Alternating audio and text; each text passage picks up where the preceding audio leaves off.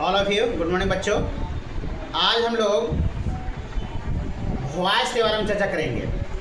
हम लोग अभी तक जितना वीडियो हम लोग देखे सब में हम टेंस के बारे में जानकारी दे दिए थे। आज हम लोग एक सा टॉपिक न्यू टॉपिक लेने जा रहे हैं जिसका नाम है वॉइस। और वॉइस जो है बहुत इंपॉर्टेंट टॉपिक है, इसलिए हम लोग वॉइस के बारे में चर्चा करेंगे। चलिए देखिए बच्चों में ध्यान से, वॉइस VOICE। वॉइस का मतलब होता है बच्चों वॉच। वॉइस का मतलब क्या होता है? वॉच। सबसे पहले इसका डिफाइन जानेंगे बच्चों। हम लोग जानेंगे what is voice. What is voice, voice क्या है?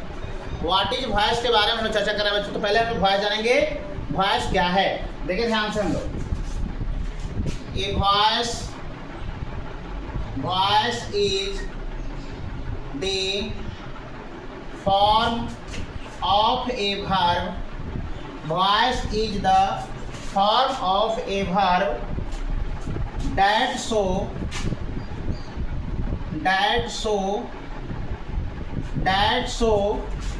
voice is the form of a verb that show the relation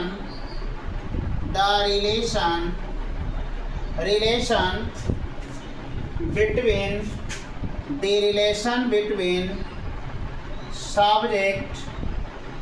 subject and object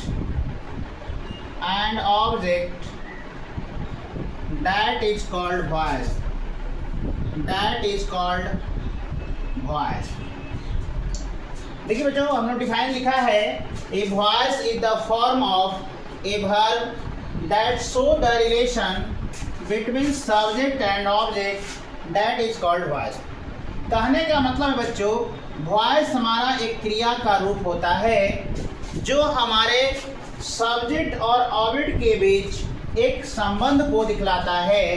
that is called, उसे हम क्या कहते हैं? वॉइस कहते हैं। बात समझ में आ रही है? तो समझ में आ रही है बच्चों ना? हमने बताया कि voice is the form of a verb that show the relation between subject and object that is called voice. यानी कहने का मतलब है कि वॉइस हमारा वर्ब का एक रूप होता है जो हमारे सब्जेक्ट और ऑब्जेक्ट के बीच एक संबंध को दिखलाता है। दैट इज कॉल्ड, उसे हम क्या कहते हैं? वॉइस कहते हैं। अब बच्चों आगे हम जानेंगे how many kinds of voice. How many kinds of voice. देखिए बच्चों जानेंगे, there are two kinds of voice. There are two kinds of voice. ऐसे मुख्य रूप से बच्चों वॉइस 3 होते हैं, लेकिन हम लोग केवल 2 ही का जानकारी यहाँ लेंगे। तो पहला वॉइस हम लोग जानेंगे बच्चों, एक का नाम है एक्टिव वॉइस। एक का नाम है एक्टिव वॉइस, इसको हिंदी में बोलते हैं कर्तृवाच। दूसरा है पैसिव वॉइस। दूसरा क्या है बच्चों? पैसिव वॉइस, इसको हम लोग बोलते हैं कर्मवाच। क्या बोलते हैं? कर्मवाच। चलिए बच्चों, हम लोग इसको क्या करेंगे? लिख लेंगे। इसको ध्यान से हम लोग क्या करेंगे? लिख लेंगे। चलिए हम लोग लिख लेते हैं, उसके बाद आगे हम लोग चर्चा करते हैं। चलिए इसको लिख लिए होंगे अब। चलिए अगला पॉइंट हम लोग चर्चा करते हैं। अब ध्यान से देखेंगे। अब जानेंगे बच्चों हम लोग जानेंगे व्हाट इज एक्टिव वॉइस। क्या जानेंगे बच्चों? What is active voice. What is active voice. Active voice ध्यान देंगे, दिया है in the active voice is a word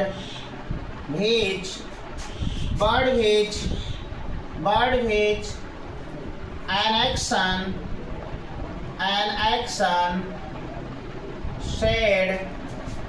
action said to be there of subject that is called active voice.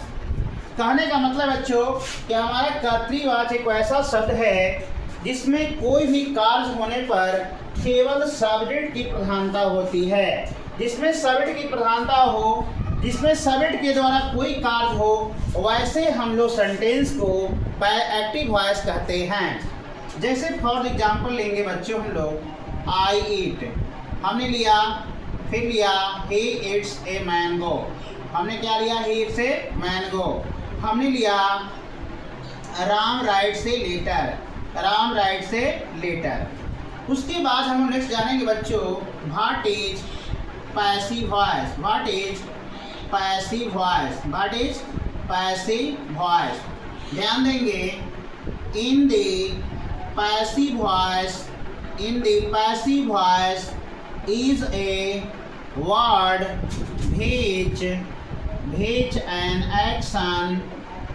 action said to be dear of object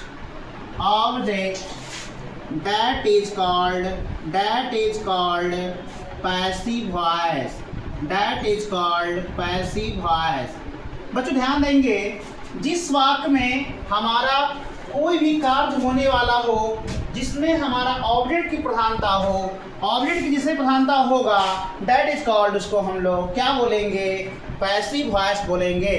तो passive voice का define जानेंगे बच्चों जिसमें हमारा ऑब्जेक्ट का प्रधानता होता है। जैसे हमने लिया a letter is written by Ram, हमने ले लिया। फिर हमने लिया ए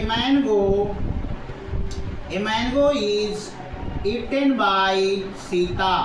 बच्चों ध्यान देंगे इसका हिंदी हुआ कि मैं खाता हूँ, ही इट्स ए मैंगो, वह आम खाता है, Ram writes a letter, Ram पत्र लिखता है। यानी सब में हमारा कर्ता का हो रहा था और जिसमें कर्ता का बोध हो रहा था डैट इज कॉल्ड, उसको एक्टिव कह रहे थे।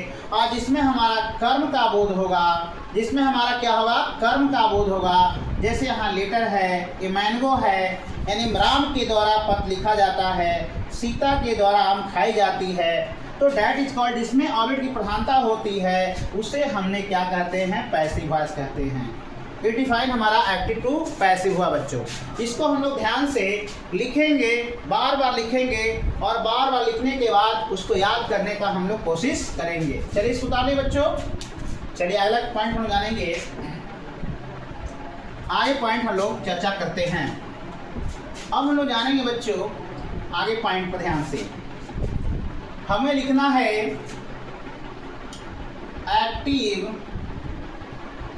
एक्टिव वॉइस से पैसिव वॉइस बनाने के लिए निम्नलिखित नियम है। देखिए बच्चों इसको हम लोग बोलते हैं follow as active and passive voice, है ना। यानी कहने का मतलब कि एक्टिव से पैसिव बनाने के लिए हम लोग के पास निम्नलिखित नियम है। जिसमें पहला रूल क्या है बच्चों, ध्यान देंगे। पहला रूल है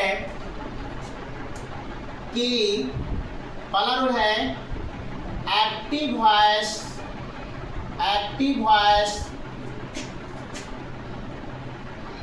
के सब्जेक्ट को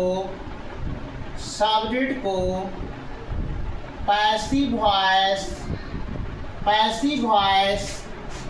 के ऑब्जेक्ट बनाते हैं और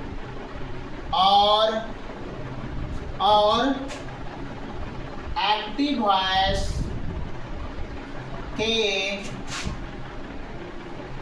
ऑब्जेक्ट को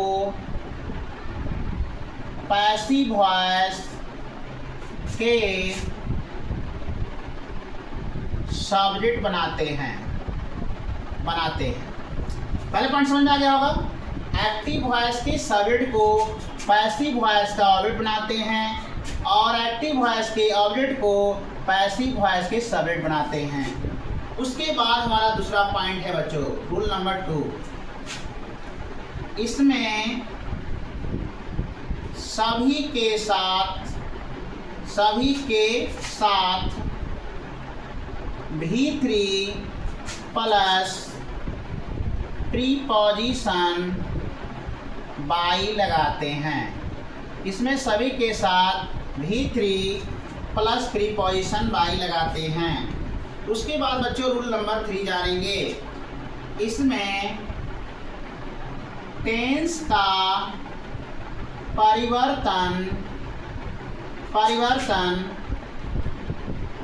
निम्न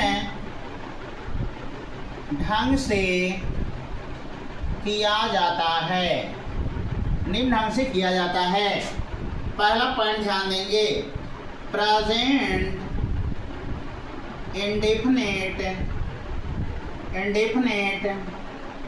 चेंज इनटू प्रेजेंट कॉन्टिन्यूअस।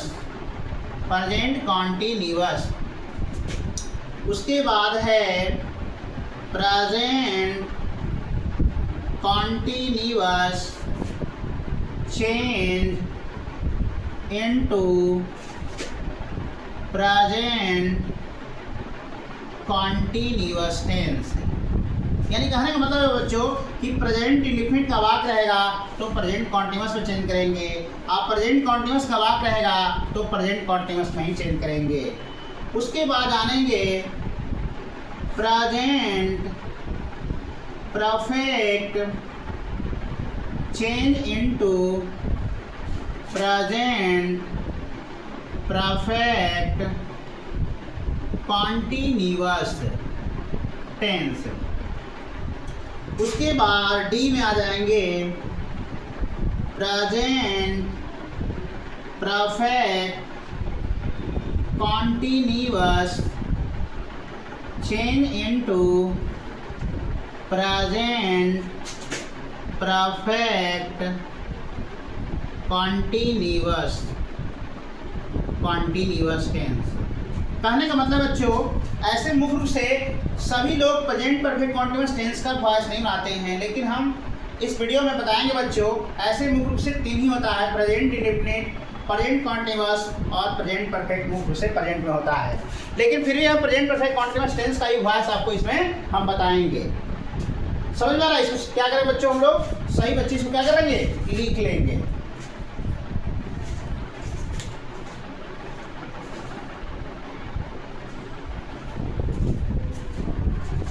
चलिए इसको ध्यान देंगे बच्चों। अगला पॉइंट हम लोग जानेंगे,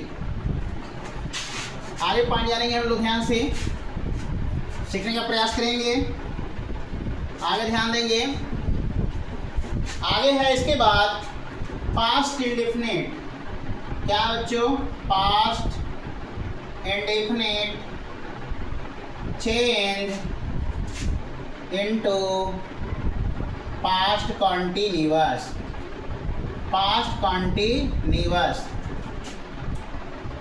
उसके बाद है past continuous change into past continuous tense.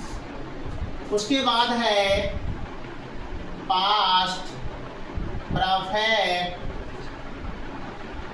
Change into past perfect continuous tense.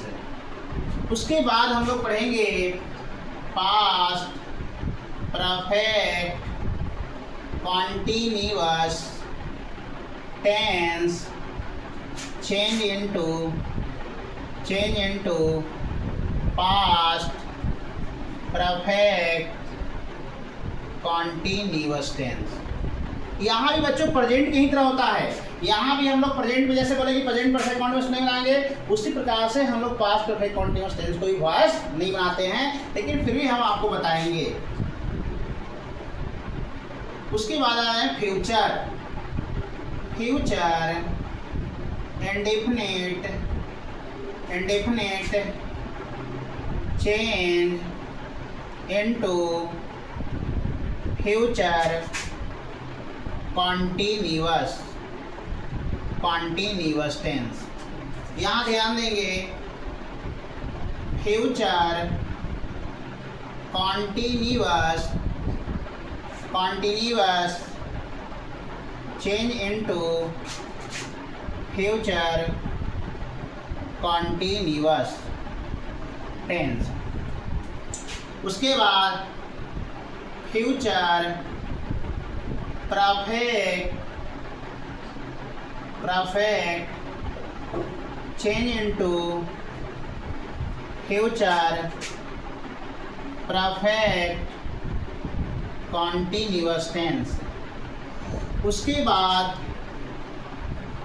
Future perfect continuous change into future perfect continuous tense। यहाँ ध्यान दें बच्चों, मुख्य रूप से हम लोग 8 को वॉइस बनाते हैं, लेकिन हमने फ्यूचर कॉन्टिन्यूअस का एक वॉइस नहीं बनता है और फ्यूचर परफेक्ट कॉन्टिन्यूअस टेंस का वॉइस नहीं बनता है, पास्ट परफेक्ट कॉन्टिन्यूअस का वॉइस नहीं बनता है और प्रेजेंट परफेक्ट कॉन्टिन्यूअस का वॉइस बनता है। यानी 4 को नहीं बनता है, लेकिन 8 को बनता है। 12 टेंस में 8 टेंस का वॉइस बनाया जाता है, लेकिन 4 टेंस का वॉइस नहीं बनाता है। लेकिन फिर भी बच्चों आप लोग को हम पूरा पढ़ाएंगे, आप ध्यान से इसको सीखेंगे तो आपको समझ में आएगा।